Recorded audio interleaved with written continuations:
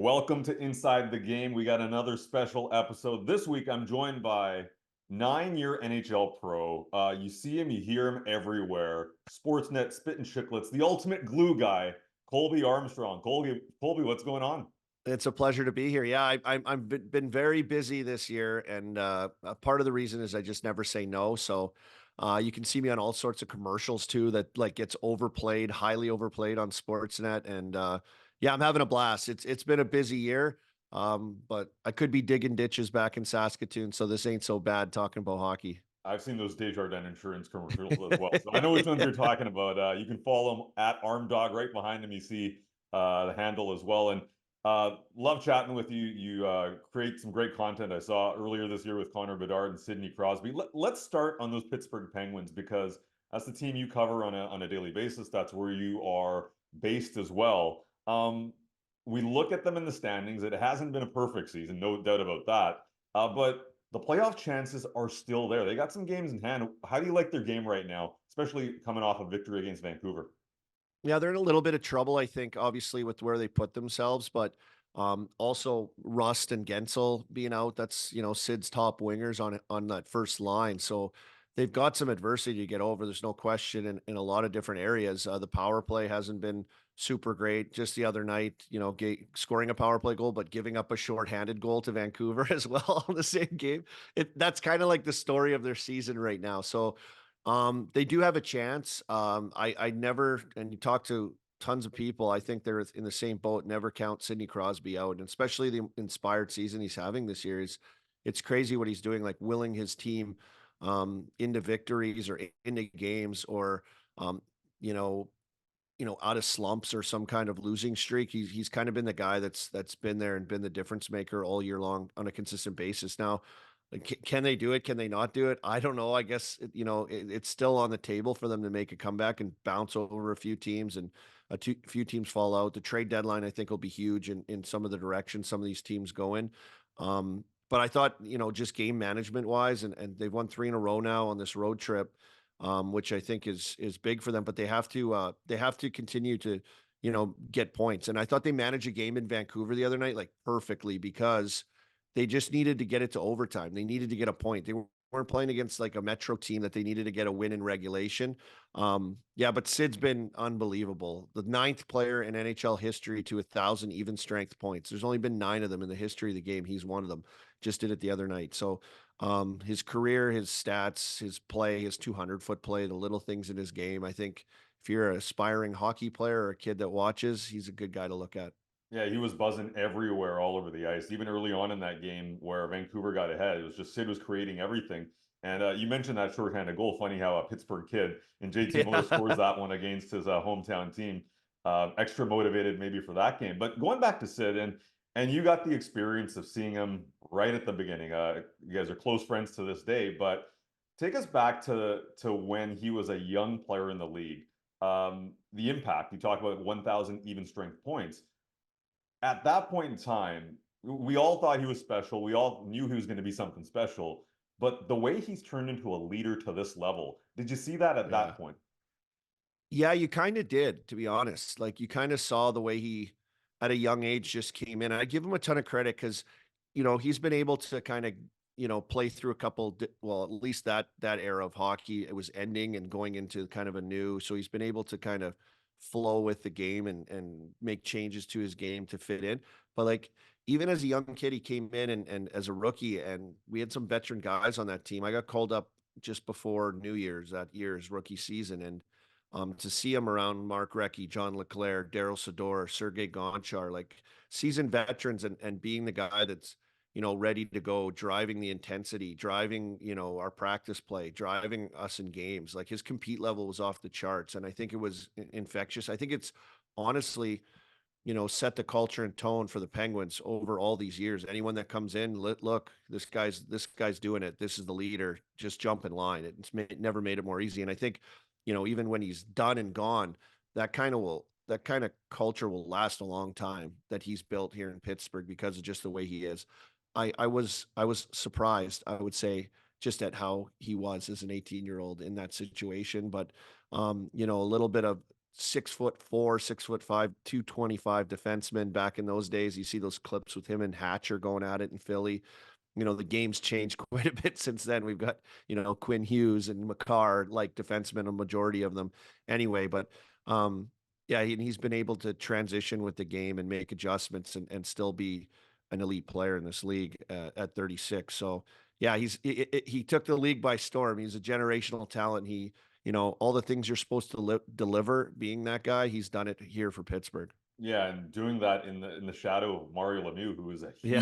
who's one of the biggest figures in hockey, let alone Pittsburgh, but to develop into that player with the guidance of Mario, but also Colby, I'm giving you props on that too. Like I said, the ultimate glue guy. You gotta, there's a lot of Yeah. leaders in that room, right?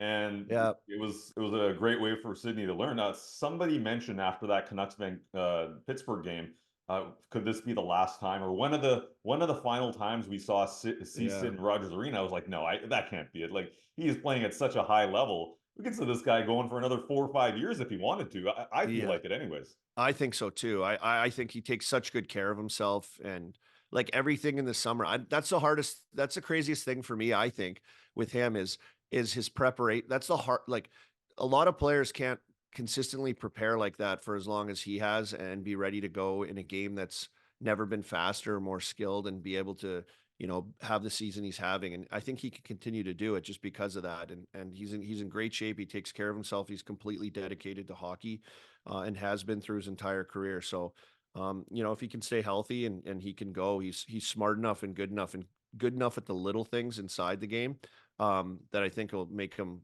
valuable for until he wants to hang him up. It's pretty All right. impressive. But we're doing the Pittsburgh Penguins Calgary Flames game this weekend on Hockey Night in Canada, Punjabi. So I had to dig up something. Mika Kriprasov's numbers going up in the Saddle Dome. Colby Armstrong, you once broke a Mika Kiprasov shutout. You played in Atlanta. It was 2-0 at that point, and you beat him with a wrister. Do you remember that? And do you remember Prime Mika? Like, were teams game planning around him? Because I felt like in the 2000s, this guy was a on fire, informed goaltender and one of the best in that era. Yeah, he was, and he wasn't really big either, right? He wasn't a huge guy in net, but he was, I think, highly competitive guy. And I remember, just being a fan and watching. Like I grew up in Saskatoon, and it was like flooded with Oilers fans, a smattering of Canucks and Flames. But the first games I went to were the Flames, and my grandparents lived in Calgary, so I always followed them kind of closely, and then eventually got to the league, and you see the Stanley Cup run and the Red Mile and all that kind of craziness that came with it. And he was just kind of the man there. He was the man. I don't remember that goal, unfortunately. Was it in Calgary? I believe it was in Atlanta, but I'll In send you a Atlanta? clip after we're done here, and Oh, go is there down memory clips of lane. it? We had cameras in the building for that game. Yeah, I'll have to look that up. I'll be honest with you. Yeah.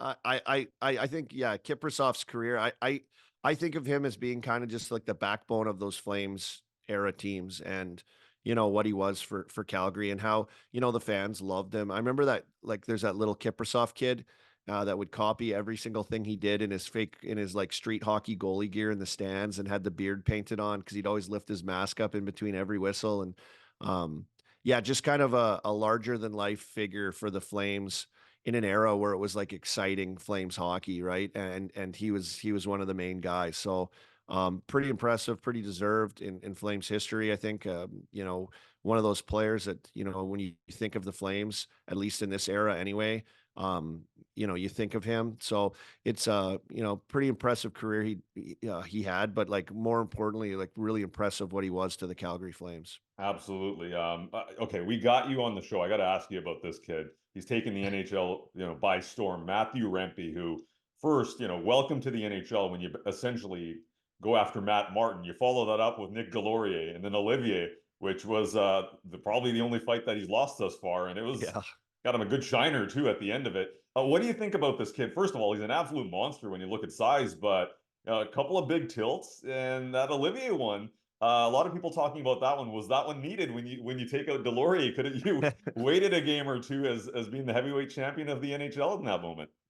Yeah, yeah, he's had a heck of a opening, week and a half, almost 2 weeks probably, but like you don't see that too often anymore. But leave it to a Western kid to like come out, a Western Canadian kid to come out and not dip his toe in the water and kind of jump right in and do a cannonball into this league. And he's loving it. He's loving it. People are saying like, oh, he has more penalty minutes and ice time. Like, who cares? This is his job.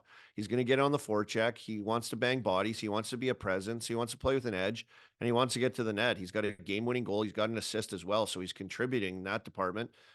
And then he's gotten the Broadway hat in the dressing room from his teammates after, for two of the handful of games he's only played. So, well earned shiner. There's no question. He got some lumps in that last fight against Olivier.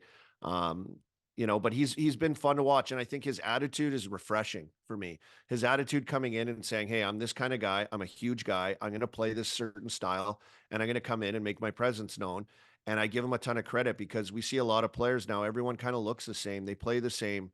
And he's brought this presence and difference to his game that, yes, we've seen years ago, and everyone's going, I thought this was done, but he's finding a way to, you know, make it relevant again and make his game relevant on a Rangers roster that always already has a bunch of dancing guys, a bunch of guys that have the skill, so he's found a great fit for himself, and he's found a great way that he can help his team. And he's not tiptoeing around it. He's just coming in and doing it. And I love it. We got Shen Lowry with a massive tilt the other night. Unbelievable. It all got sparked off with Ridley Gregg shooting an empty net slapper. And then Morgan Riley cross-check him in the head. We got Logan Stankoven called up, scored 2 games in a row. Now the Western guys are taking over the league. We got Baines in Vancouver, undrafted, Right. great story. Red Deer Rebel alumnus like myself. The Western guys are coming in at the most important time of the year and taking over. Go figure. That's right. That's been a huge story, obviously, in Hockey Night in Canada, Punjabi as well. Local kid here in Vancouver, where I'm based. But you're right. There's something maybe on the West Coast. Definitely those prairie winters that make guys a It's little got edgy this time of the year. Maybe that contributes to that game. But one thing I do wonder on Rempe is though, just like, will he start wrapping up the other guy, grabbing that arm because it's yeah. a little wide open right now, and I love seeing it, but I don't know how long you can pull that off. You probably got to tie up the other guy a little bit more with their dominant hand. Yeah, I think he got a bad grab on the Olivia one and he learned a lesson. I don't think I think he'll learn as he goes. He's pretty young, right? So I think, coming up and stepping up, it's not like he's tiptoeing around and being like, oh, I'll try this guy. He's fighting like the toughest guys on every Yeah. team right now that are left. And you got to think they're licking their chops, right? They're like, oh my God, this is happening. This is happening again. We've been waiting all year for something like this, or like years for something like this. But I would think that he would learn. I think he would settle in and, start to be a little bit more probably tactical with the way he's approaching it instead of just like depending on his range and his size as much when you're facing some of these guys that are a little more crafty. Yeah. Colby, thank you very much, man. Keep doing everything that you're doing, seeing you everywhere, love it. And one of the ultimate, like I said before, glue guys in hockey, one of the cool characters in hockey. Appreciate you making time for us tonight on Hockey Night in Canada, Punjabi, and welcome back anytime you want. Hello to all your viewers. Thank you. Thanks for having me on. Appreciate, love the work you do. Awesome. Thank you very much. And make sure to like, comment, and subscribe. We'll catch you next time.